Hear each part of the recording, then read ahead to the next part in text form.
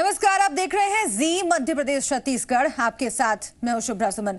शुरुआत कर रहे हैं बुलेटिन की एक बड़ी खबर के साथ, जो कि रायपुर से मिल रही है।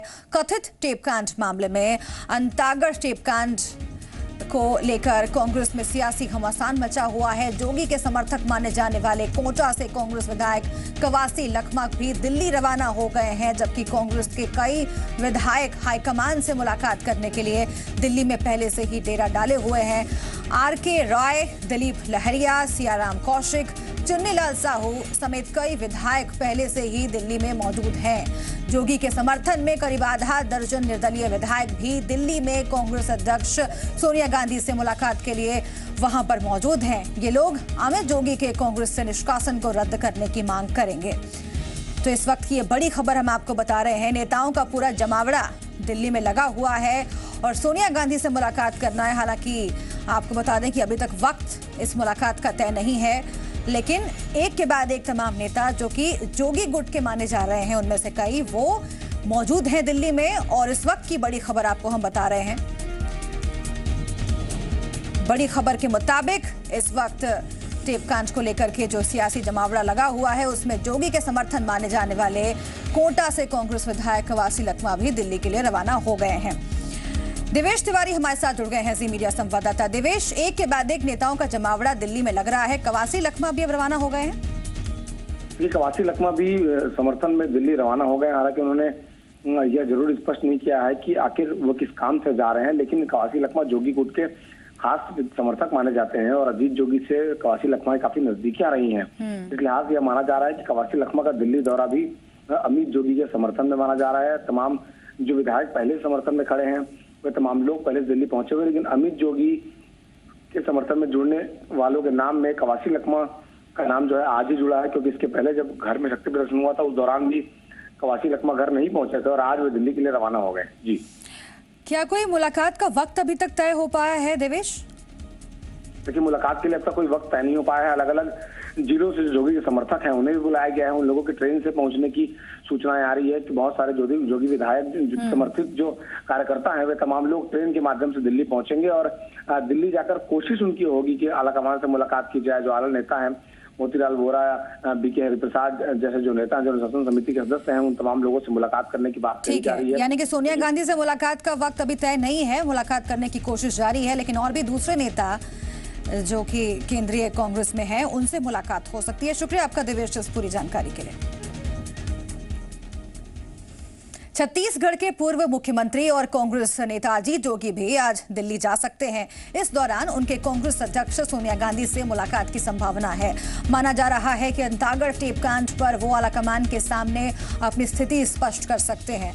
आपको बता दें कि प्रदेश कांग्रेस समिति ने एआईसीसी से अजीत जोगी के खिलाफ कार्रवाई की मांग की है।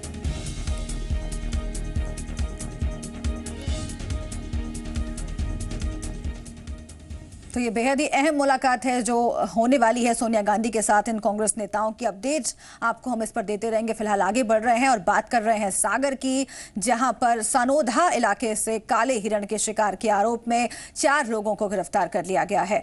आरोपियों में एक रणजी क्रिकेट खेलने वाला खिलाड़ी भी शामिल है और एक पूर्व खिलाड़ी भी है।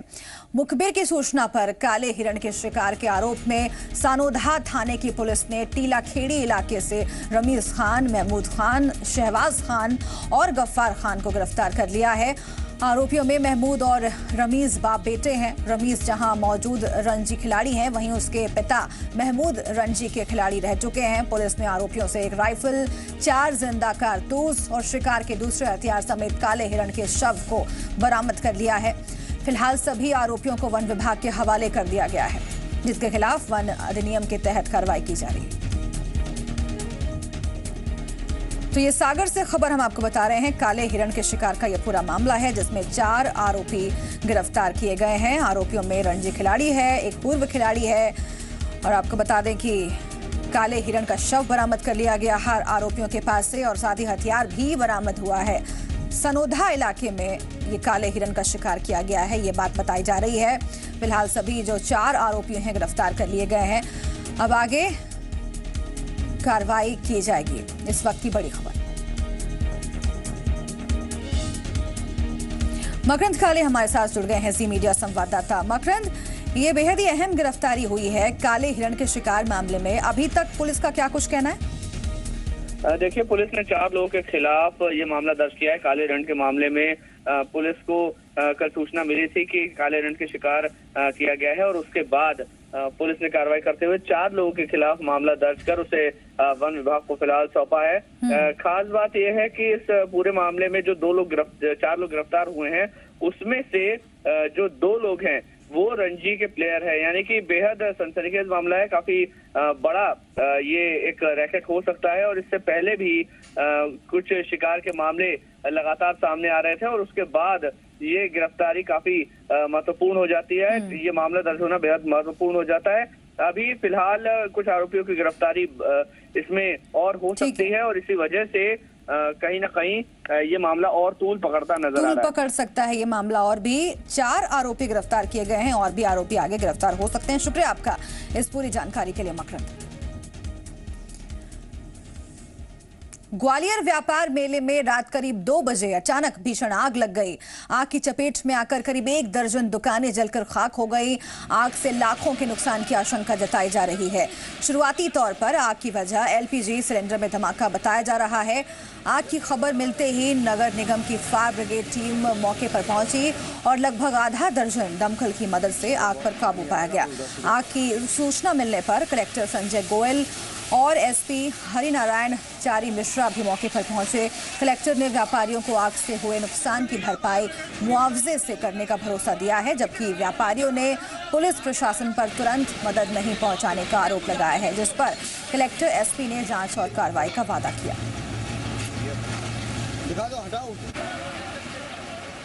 और हमने इमरजेंसी कॉल पे फोन लगाए हैं 2:09 पे और उसके बाद लगातार फोन लगाए हैं। 3:13 हो रहे हैं। पौन घंटे बाद गाड़ी आई है। यहाँ पे कांस्टेबल एक भी मौजूद नहीं था। अगर इस छतरी पे आग लगी थी तो कांस्टेबल को सबसे पहले फोन करना चाहिए था। यहाँ के व्यापारियों ने उठ के सबको फोन किया है। सारी एफआईआर जितनी भी अपनी फायर ब्रिगेड है सबको फोन हम लोगों ने किया है। दुकानों में आग लगी थी। लाइन से दुकानें गई है पूरी 6 नंबर छतरी के सामने ही कम से कम 15 या 20 दुकानें गई है लाइन से। 5-7 दुकानों का जो सामान जला है, मुख्य रूप से 2 दुकानें हैं और 2 दुकानें लगभग पूरी जली हैं, पर आग पर पूर्ण रूप से नियंत्रण है, पूरी बुझा दी गई है। और एक व्यक्ति के पैर जलने की जानकारी है, जिन्हें चिकित्सा में स्वास्थ्य के लिए भेजा गया है। देश के मशहूर तांत्रिक कापालिक बाबा ने बीती रात उज्जैन के श्मशान घाट में तंत्र की और इस दौरान उनके साथ कनाडा से आई साधका प्रत्यंगना सरस्वती समेत तंत्र क्रिया में विश्वास रखने वाले कई लोग मौजूद रहे। दरअसल ज्योतिष शास्त्र के मुताबिक उज्जैन में होने वाले सिंहस्थ पर चांडाल योग का साया है, जिसे टालने के लिए तांत्रिक कापालिक बाबा ने रविवार की आधी रात में घुप अंधेरे के बीच श्मशान घाट में तंत्र क्रिया की। तंत्र मंत्र संपन्न होने पर कापालिक बाबा ने मुख्यमंत्री शिवराज सिंह चौहान से सिंहस्थ के दौरान आश्रम के लिए जमीन देने की कल्याण कल्पांतकारी करचरण कृतम वाखजम वीतम वीतम वाए तस्मस् जय जय करुणाब्धि श्री महादेव शंभु वरदायिनी विच्चाब्ददानितम नमस्ते मंत्र रूपिणी धाम वीम बूम वागदीश्वरी क्राम क्रीम क्रूम कालिका देवी शाम शीम शूम शुभम करू होम होम होमकार रोटस दीप्तम स्वरूपिणी स्वाहा ताम प्रेम ओम पार्वती तुम चरितता शाम शीम शूम। और अब बात बाप बेटे की एक शातिर जोड़ी की। बाप बेटे की जोड़ी भोपाल शहर में अवैध हथियारों का धंधा कर रही थी। अवैध हथियार बनाकर उन्हें अपराधियों और बदमाशों तक पहुंचाया जा रहा था, लेकिन अब इस तस्कर जोड़ी पर पुलिस ने अपना शिकंजा कस लिया है।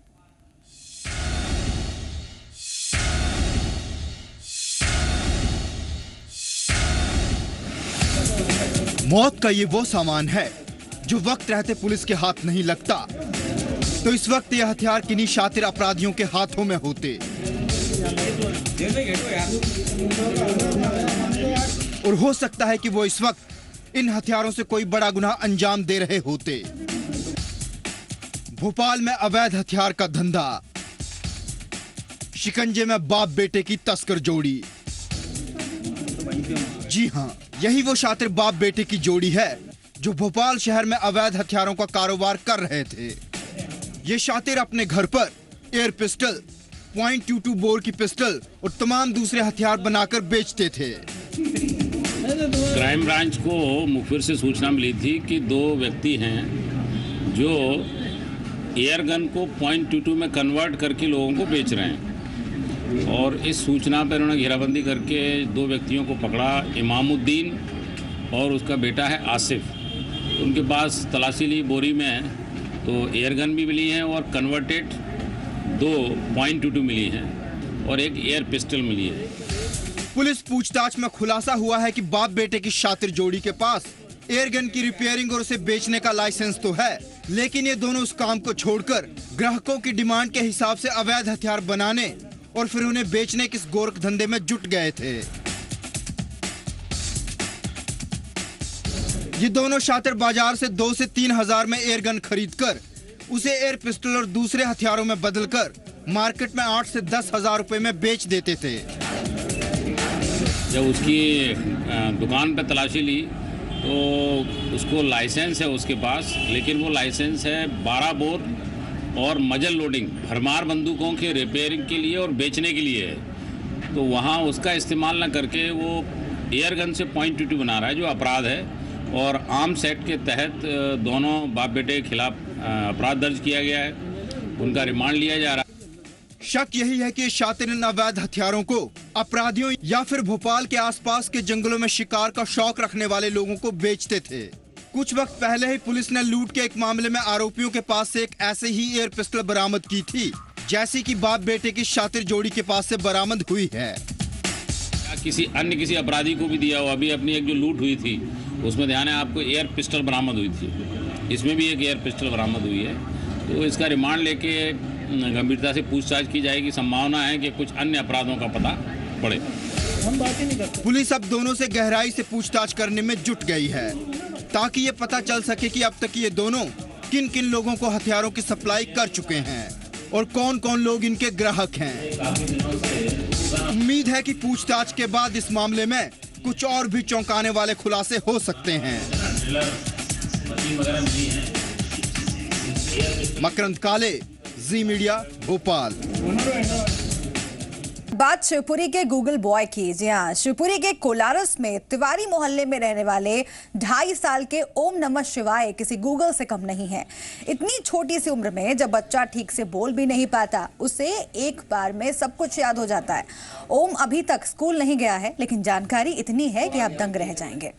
बच्चे की याद रखने की अद्भुत क्षमता की वजह से लोग उसे गूगल बॉय कहते हैं। बच्चे को कई श्लोक याद हैं, तो जनरल नॉलेज और अंग्रेजी के ज्ञान के मामले में भी उसे महारत हासिल है। ओम को सभी राज्यों की राजधानियों के नाम रटे हुए हैं। सवाल पूछते ही ओम अपनी तोतली आवाज में फटाफट जवाब देता है। नाम राजेंद्र प्रसाद।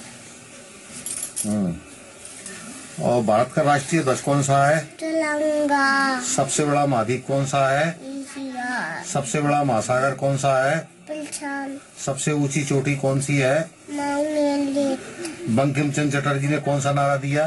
वंदे मातरम। भारत का राष्ट्रीय चिन्ह क्या है? अशोक। अशोक चक्र में कितनी लाइन होती हैं? 24। हमारा देश कब आजाद हुआ? 1943। मध्य प्रदेश का जन्म कब हुआ? 1 नवंबर 1956। मध्य प्रदेश की जनगणना 2011 के अनुसार कितनी जनसंख्या है? 60 करोड़ 26 लाख 26,000। हाँ। और मध्य प्रदेश का क्षेत्रफल कितना है? 3,08,245 मध्य प्रदेश के प्रथम राज्यपाल कौन थे? पट्टाभिषेक भैया। मध्य प्रदेश के प्रथम न्यायाधीश कौन थे? मोहम्मद रायतुल्लाह। हाँ। मध्य प्रदेश के प्रथम विधानसभा अध्यक्ष कौन थे? कंदीलाल लोवे। मध्य प्रदेश का राजकीय खेल कौन सा है? ग्वालियर के कमला राजा महिला और बाल चिकित्सालय में रविवार को गंभीर कुपोषित उपचार इकाई और प्रसूति गहन चिकित्सा इकाई का शुभारंभ हुआ। राज्य के स्वास्थ्य मंत्री नरोत्तम मिश्रा और केंद्रीय इस्पात मंत्री और स्थानीय सांसद नरेंद्र सिंह तोमर ने इन दोनों इकाइयों का शुभारंभ किया। कमला राजा महिला और बाल चिकित्सालय में लंबे अरसे से इन दोनों इकाइयों के शुरू होने का इंतजार हो रहा था। अस्पताल में खासकर कुपोषित उपचार इकाई की शुरुआत से न सिर्फ कुपोषित बच्चों को बेहतर देखरेख और इलाज मिलेगा, बल्कि इससे पूरे ग्वालियर चंबल संभाग में कुपोषण की समस्या से निपटने में भी मदद मिल सकेगी।